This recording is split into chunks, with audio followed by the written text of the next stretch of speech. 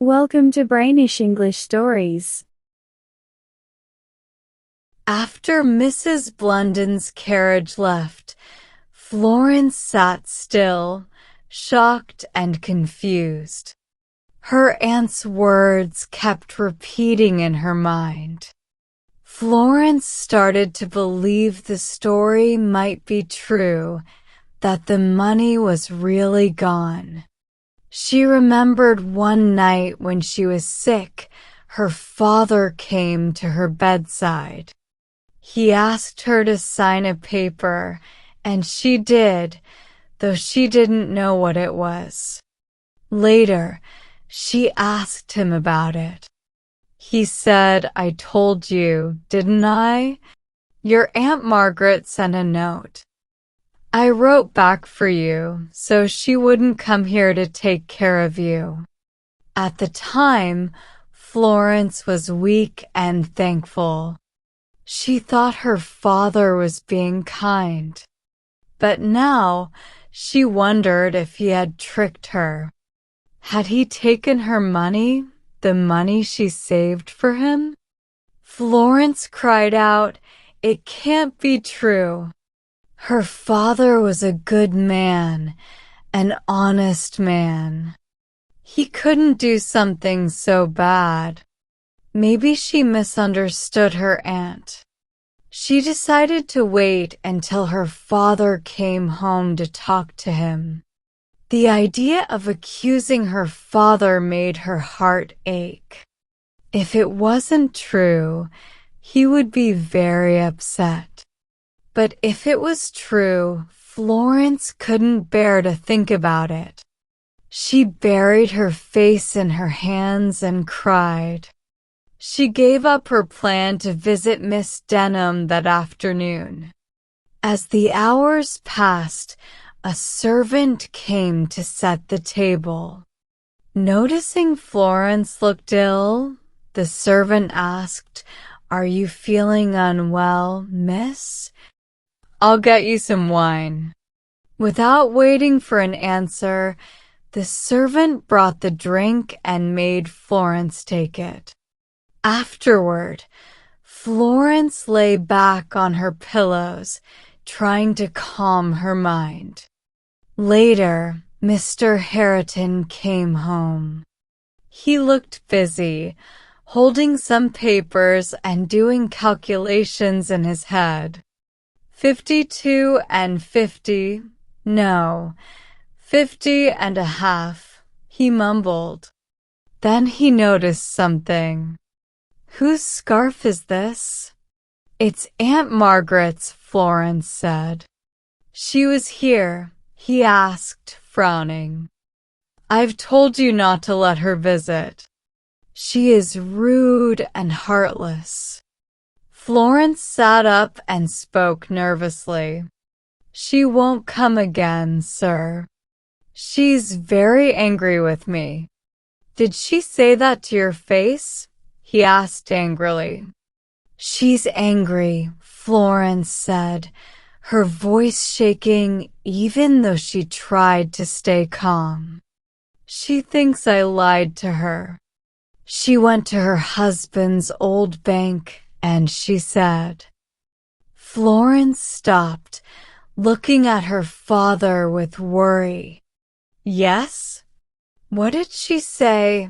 her father asked, his face turning red. He avoided her eyes. "She said my money is gone." "Oh, Papa!" Florence cried as she hugged him. "It's not true, is it? Please tell me it's not true." "And if it is true, what then?" he replied sharply. "If my meddling sister hadn't said anything, you wouldn't have known until I was ready to give the money back. Do you really think I'd steal from you?" Florence didn't answer. She pulled away and cried harder. Her tears made him angry, and he started to feel like he was the one being treated unfairly. "Stop crying, Florence." This is ridiculous. I'm your father and your guardian. I have the right to use your money to help you. You're acting greedy, and I won't put up with it." Florence didn't respond, but her quiet tears eventually softened him. Sitting beside her, he spoke gently. "My dear child, please don't cry. It hurts me to see you like this. You're wrong to be so afraid, really you are." "Papa, that money was everything we had. It was for your future," she whispered. "As long as it was safe, I could handle everything else." "I know, my love. I didn't mean it when I called you greedy. You're the most loving and unselfish daughter. God bless you for it. Don't lose trust in me, Flory. I didn't mean to hurt you by using the money. I saw a chance to double it for you, my dear, for you. It's true. It's all we have left, but I believe it will work out. Surely, heaven won't let us lose everything." Hearing the fear in his voice, Florence looked at his face. For the first time, he seemed truly scared. His usual confidence was gone. "I'd lose my mind," he muttered, "if Mason failed me and I ruined you." "Florence," he said, almost desperately, "please don't doubt me. Mason told me the money is safe. He wouldn't lie to me. He couldn't. He wouldn't dare." "Don't worry, Papa," Florence said softly. "We won't talk about it again. I know you meant well, so let's wait and hope for the best." Her father's face brightened. "Yes, hope is all we need. Now you're my kind, smart girl again. When everything turns out well and we go back to Northumberland, I'll buy you a pearl crown for your lovely brown hair. Would you like just pearls or pearls with sapphires?" "What? You don't want to talk about it now?" "Very well, my dear, but I won't forget." That night, Florence cared for her father with extra kindness. She spoke gently, but in her heart, she felt heavy. His risky actions had sealed their future, and she knew she had to prepare for the worst. When everything fell apart, she would have to be brave and take care of him. She decided that when the time came, she would work like the women she had met across the street. She waited eagerly for the right day to visit them. When Florence arrived, Susan Denham was alone. Susan welcomed her warmly, but soon her cousin Julia joined them. Julia was tall and beautiful, a few years older than Florence. She had a confident way of carrying herself, and there was something about her that made people notice her. She joked that it came from her French mother. Susan was quieter next to her cousin, but her kind and honest nature shone through. You could trust her completely, and though she didn't talk much about religion, you could tell it guided her life. Susan took Florence's hat and coat and gave her the most comfortable seat in the cheerful little room. Julia chatted away, and as they talked more, the cousins admitted they had wanted to meet Florence for a while. But for different reasons, Julia said with a smile, I wanted to know you because you're a lady, smart and talented. Susan, on the other hand, Julia stopped, looking a bit shy. Florence smiled and finished the sentence. She wanted to help me because I looked lonely and had no friends, right? That's why I've come to you now. I think you can help me. Susan stopped sewing and listened carefully, her face kind and encouraging. Florence's cheeks turned red, but she pushed through her nervousness. After a moment, she said, I need to tell you something. I think our situation at home will soon get worse. I need to work to support my father and myself.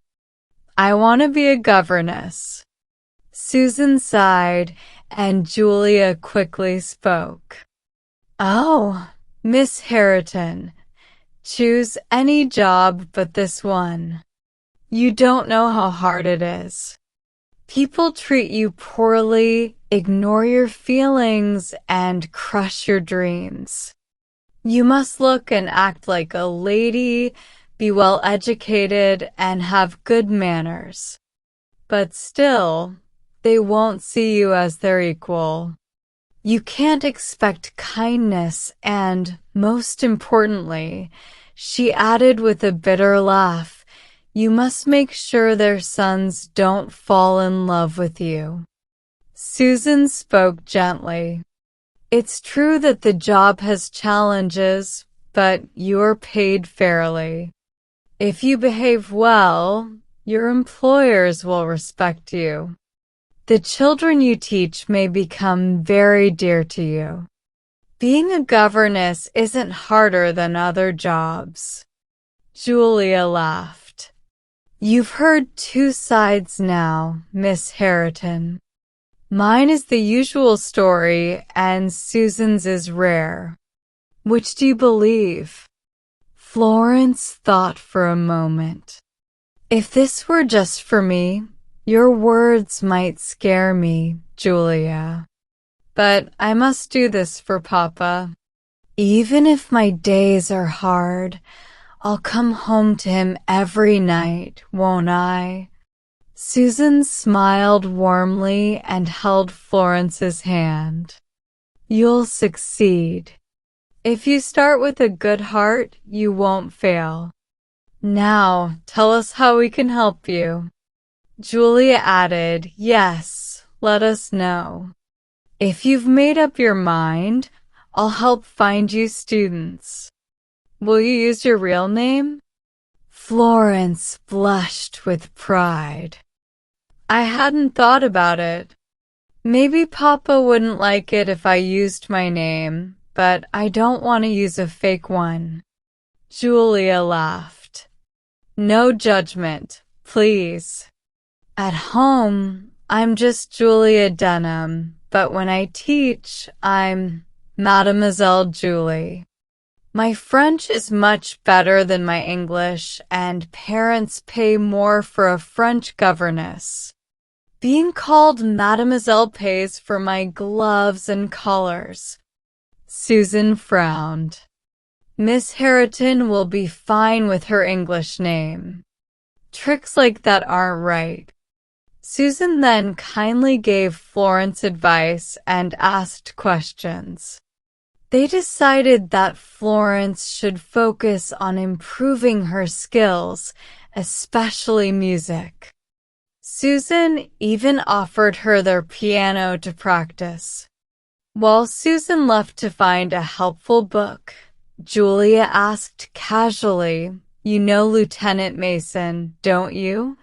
Surprised, Florence replied, Papa knows him, but I've only met him once at his mother's house. Why do you ask? Julia shrugged. Just curious. He's distantly related to a family I teach, so I've seen him a few times. I wish I knew more about him, Florence said anxiously.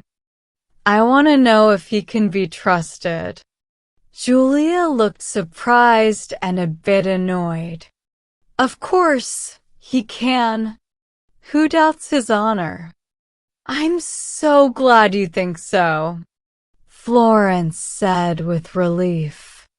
Papa has done some business with him, and I've been worried about how it will turn out. Julia replied lightly, Lieutenant Mason wouldn't like hearing you doubt him.